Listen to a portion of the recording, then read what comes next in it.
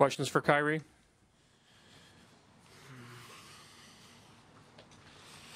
Yeah, we got the boom mics around the room. Please raise your hand for questions.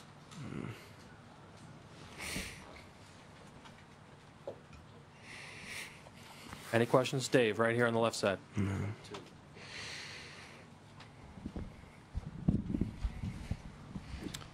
Kyrie, Dave McMenamin, ESPN. When you, in the moment now, reflect on this series, how do you view the gap between you guys and the Warriors? I mean, you feel obviously the disappointment of losing.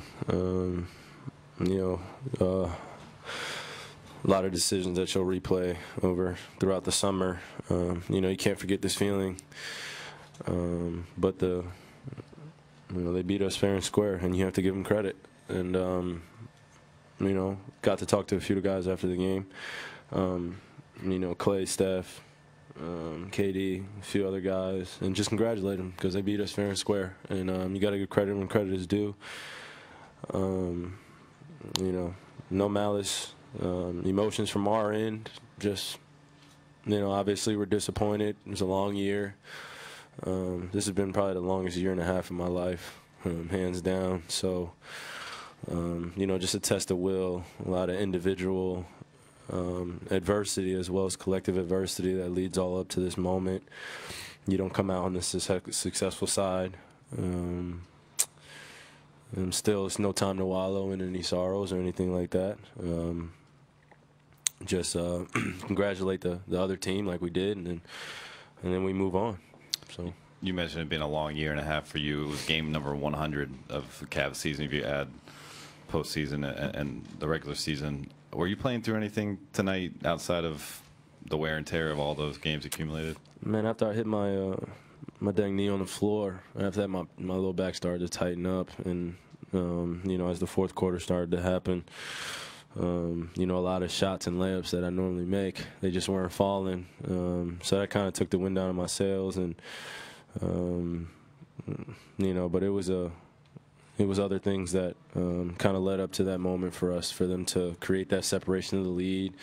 You don't want to create any excuses for just being beat fair and square. That they're a great team, and they did that, and they took away some things that were working for us in the first half, and then in the second half they a little bit more physical.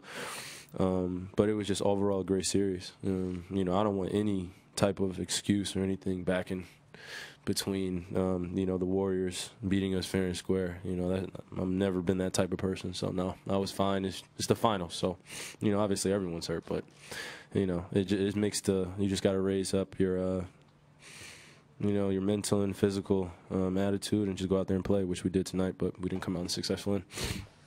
Chris in the back row. Chris Fedor, Cleveland.com. Kyrie, when you lose to a team fair and square, as you said, all losses are hard, obviously, but does it become easier to digest this one because of the way that the series went? It's never easy to digest any loss. I mean, we lost, so obviously there's some positive things you could take from it, but it's nothing to easily digest or anything like that. Next thing that I'm looking forward to is, getting these couple weeks off, and then we get right back to it. So that's just the grind of the game and things that happen within the game. You let go, you leave them where they stand, and you collect the troops up again, and we get ready to go do this thing again. So they have an incredible team. They beat us, but I'm pretty sure we'll be back and we'll be ready to battle again. So. And even though tonight was the clincher, how much are you going to reflect when you think back on this series? How much are you going to reflect on Game 3? What do you mean? Just what I would take away from it? Yeah. I mean, the reflection process will come in its totality of the whole entire series. You want to kind of put a reasoning behind, like, okay, if we win Game 3, maybe this is a different series. But if we don't take care of it in the moment, then, I mean, we picked ourselves back up. We battled in Game 4. We came back to San Fran. We tried to set another goal in order to get back to Cleveland and play at home. But we didn't accomplish that. So, like I said, you just pick yourself back up and you keep pushing and you keep going. And it's fueling me inside right now. I could feel it. I'll talk to all my teammates, look them in the eye and tell them that I'm proud of them because it was an unbelievable season. We dealt with a shit ton of adversity, excuse my language, but, the daily evolution of what you can accomplish on a day-to-day basis when you are around so many different individuals that makes up an organization. Man, there's so many moving parts, and I couldn't be, more proud to be part of a even better organization, including my teammates that I'm around constantly every day. So, there's a few takeaways that you can take away from the series, but only room to go is to grow from here. So. Last question on the right side. Dave Schilling, Bleacher Report. Reflect, if you can, on these last 3 years with LeBron, what you've seen, the magnitude of his performances, and specifically this finals where he's averaging a triple-double.